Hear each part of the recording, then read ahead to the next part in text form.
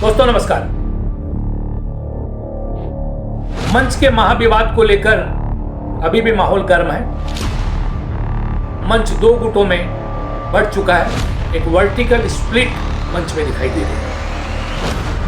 एक तरफ वर्तमान प्रांतीय अध्यक्ष पंकज जालान का गुट है, तो दूसरी तरफ निवर्तमान प्रांतीय अध्यक्ष और वर्तमान राष्ट्रीय उपाध्यक्ष हिमशेखर खंडेलिया का गुट।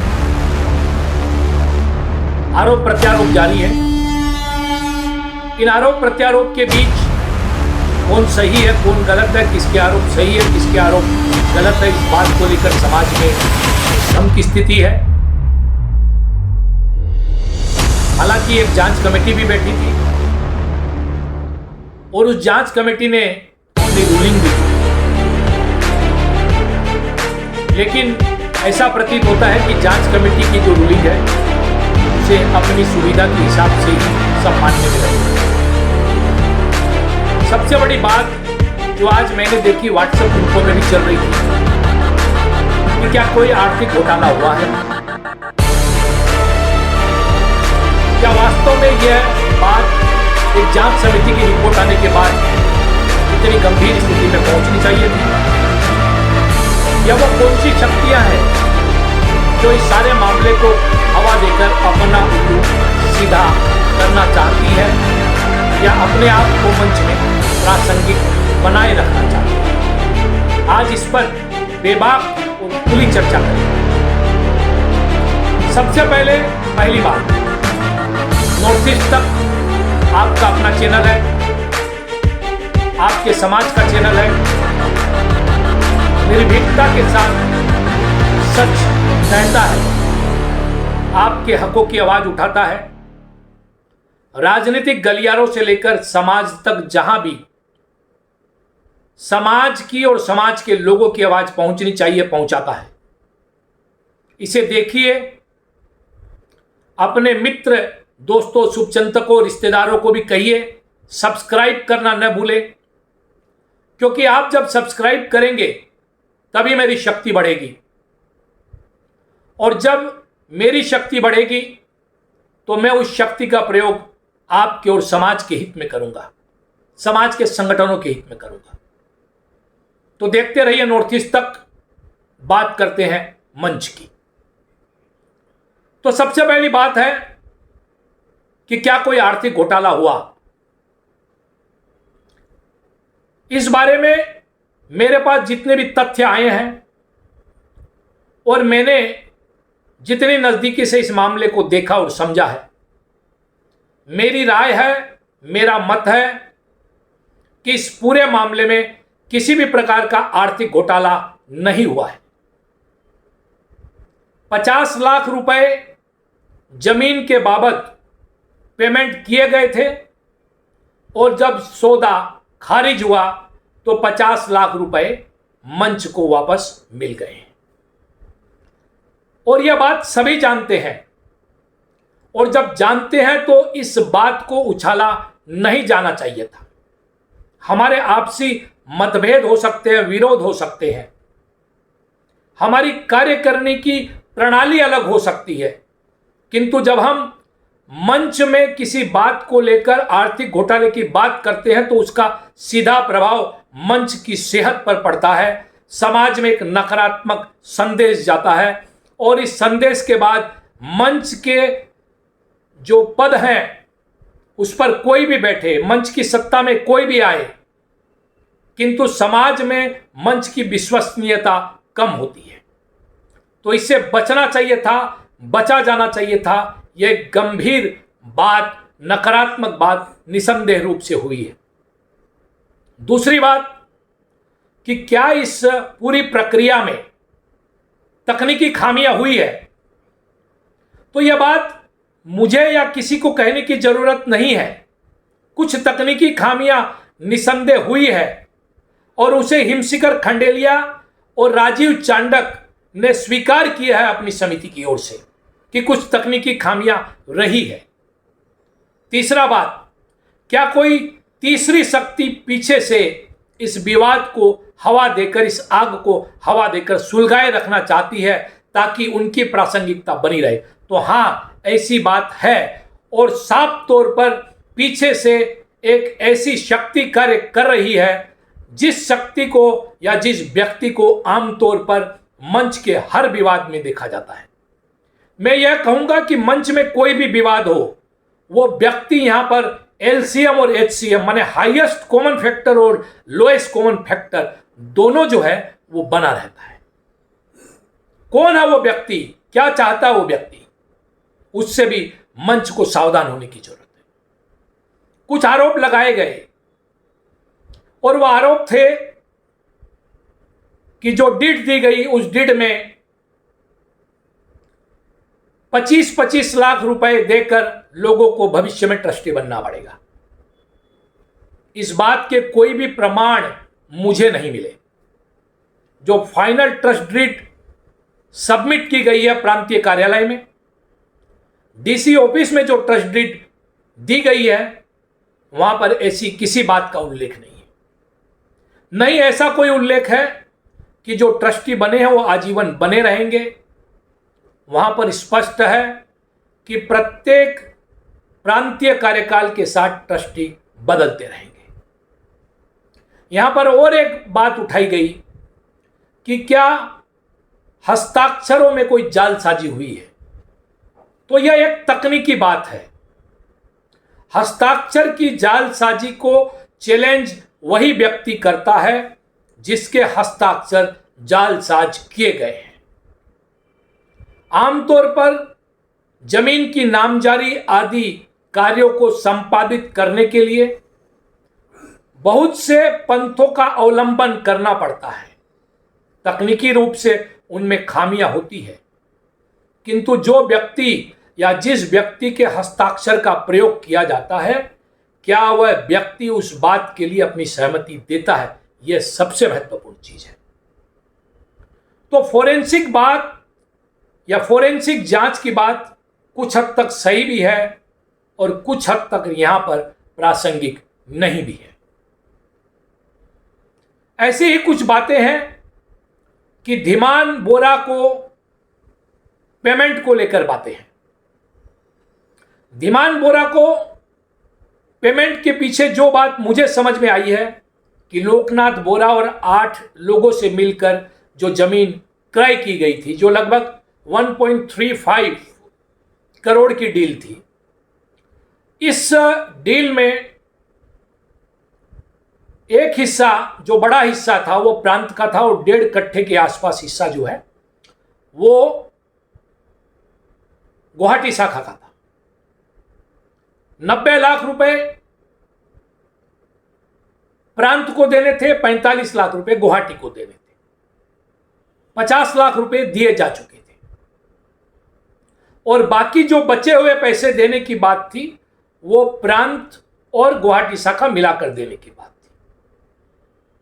जब इस सौदे को लेकर विवाद हुआ तो यहां पर एक बात उल्लेखनीय और नोट करने लायक है कि जब इसे लेकर विवाद हुआ तो विवाद के पश्चात जो 50 लाख रुपए दिए गए थे वो पूरे के पूरे वापस लिए गए और इस सौदे को करने में जो कुछ खर्च हुआ वह कमेटी के लोगों ने व्यक्तिगत रूप से वहन किया, उसका भार मंच पर नहीं आया।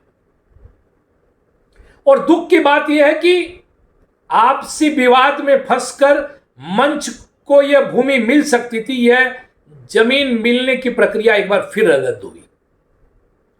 पंकज पोदार ने ऐसी चेष्टा की थी, विवाद हुआ, रद्द हुई। नीरज बापना ने चेष्टा की, विवाद हुआ, रद्द हुई। वर्तमान प्रांतीय अध्यक्ष पंकज जालान ने भी चेष्टा की, रद्द हुआ। और यहां पर एक बात पंकज जी और उनकी टीम को भी समझने की जरूरत है कि उनके कार्यकाल में जब जमीन का सौदा रद्द हुआ तो 6 महीने के आसपास लगे पूरा पैसा रिफंड आने में, और वहां पर ऐसी सूचना है कि कुछ खर्चा भी मंच का हुआ। इस बार जो टीम थी उन्होंने चेष्टा की कि मंच की जमीन हो, और मंच की जमीन हो तो निसंदेह एक इच्छा सबकी रहती है कि हमारे कार्यकाल में यह जमीन हो जाए। और ये कार्यकाल में जमीन होने की या मेरे नाम में एक प्रोजेक्ट या हमारी टीम के नाम में यह प्रोजेक्ट हो जाए, यह बात कहीं से गलत नहीं होती है।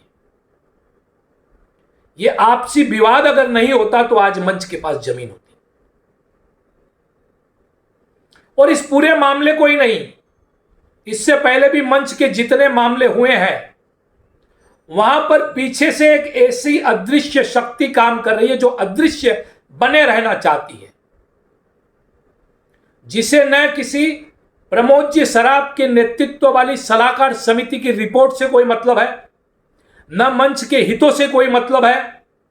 वो खुद को प्रासंगिक बनाए रखना चाहते हैं। और यही नहीं, अन्य भी कोई संस्थाएं हैं, कुछ ऐसी संस्थाएं हैं जहां पर उनके अपने परिचित लोग या उनके अपने काबू वाले लोग काबिज हैं, वहां पर भी राजनीति करने के वो हिमायती रहते हैं।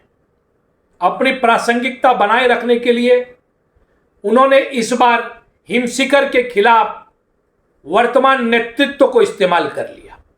एक समय ऐसा था जब उन्होंने इस नेतृत्व को और हिमशिखर खंडेलिया को मीडिया के खिलाफ इस्तेमाल किया।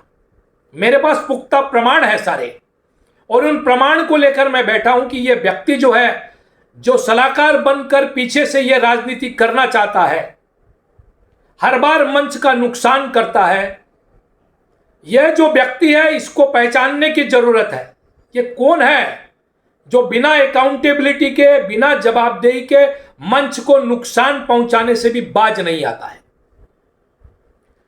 इस बार इसने मेरे पास संदेश पहुंचाया कि पहली बार चंद्र प्रकाश मंच हित में खड़ा हुआ है।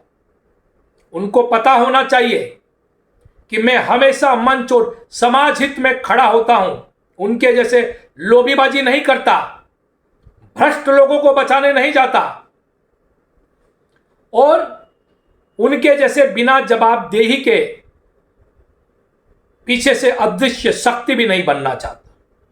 मैंने जिस दिन मंच की डेड बॉडी कैरिंग वैन से आदमी के मरने की बात उठाई और उस डेड बॉडी कैरिंग वैन से निमित्त जो बातें थी जो उठाई, उसका दायित्व जिसके पास था उसकी बातें उठाई, उस दिन भी मैं सही था और मंच हित में बोल रहा था। मेरा काम है आईना लेकर चलना। अगर दाग उनके चेहरे पर है तो मेरा काम उनको दिखाना है। किंतु इस अदृश्य व्यक्ति की सलाह मानकर उस समय मंच, जिसमें हिमशिखर जी को भी इन्होंने शामिल किया, पंकज जी को भी शामिल किया, मंच के अन्य लोगों को भी शामिल किया, आईना फोड़ने का काम करवाया कि कहीं ये जो अदृश्य शक्तियां है ये एक्सपोज नहीं हो जाए। मंच जब तक इनके प्रभाव में रहेगा, मंच की कार्यकारिणी जब तक इनके प्रभाव में रहेगी, मंच में इस प्रकार के विवाद चलते रहेंगे। मंच की स्थायी जमीन नहीं हो सकेगी। ये चाहते हैं कि कोई भी नेतृत्व हो हमारे पास आकर हमसे अप्रूवल ले। आखिर ये है कौन? आप रिटायर हो चुके हैं वर्षों पहले, और जब थे तब भी मंच में आपका कोई योगदान नहीं है। आपने जोड़ तोड़ की राजनीति हमेशा से की, अब आप बख्शे मंच को। इस मामले में भी समिति की रिपोर्ट आई। दो व्यक्ति हिमशिखर खंडेलिया और राजीव चांडक ने अगर कोई तकनीकी भूल भी की, उन्होंने स्वीकार की। मैं उन्हें धन्यवाद देता हूं कि उन्होंने समिति के सामने जाकर खुले रूप में, खुले तौर पर अपनी भूल स्वीकार की। स्वीकार करने के लिए बड़ा कलेजा चाहिए। किंतु मैं उन्हें साथ में यह भी कहना चाहता हूं कि इस प्रकार की शक्तियों से बचें जो आपको नकारात्मकता की ओर ले जाते हैं। मंच के वर्तमान नेतृत्व को भी मैं कहता हूं कि नकारात्मकता की ओर जाना छोड़ें। पंकज जालान भी बहुत योग्य और एनर्जेटिक युवक है। हिमशिखर खंडेलिया, राजीव और उनकी जो टीम है वह भी बहुत योग्य समिति है, योग्य टीम है। मंच का मिलकर आप हित कर सकते हैं, लड़ाई कर कर मंच का हित नहीं कर सकते, न समाज का हित कर सकते। मंच और समाज के सामने बहुत बड़े मुद्दे हैं। समाज के आत्मसम्मान पर लगातार कुठाराघात हो रहे हैं। मंच वहां पर फेल है, सफल है, बात नहीं उठा पा रहे हैं क्योंकि हमें आपस में लड़ने से फुर्सत नहीं है। तो सावधान होने की जरूरत है।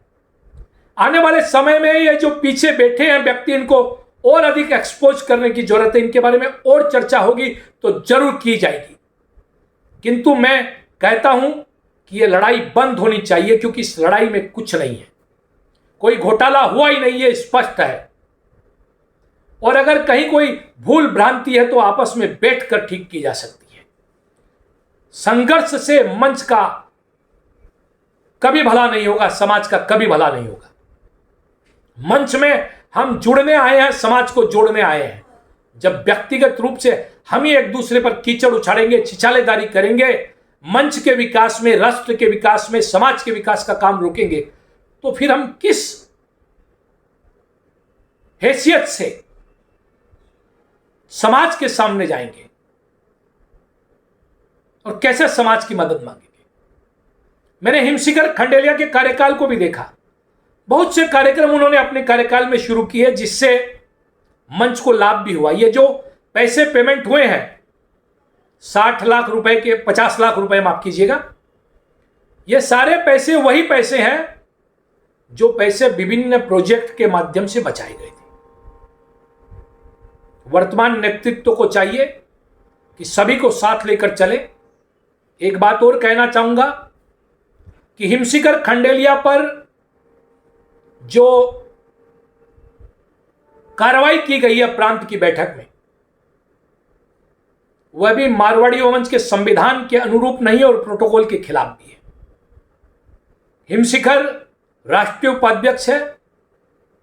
आप उनकी शिकायत और उन पर कार्रवाई के लिए निवेदन राष्ट्र को कर सकते हैं। उनकी कुर्सी छीन नहीं सकते आप। मैंने शुरू में ही कहा कि सच बोलूंगा, निर्भीक बोलूंगा।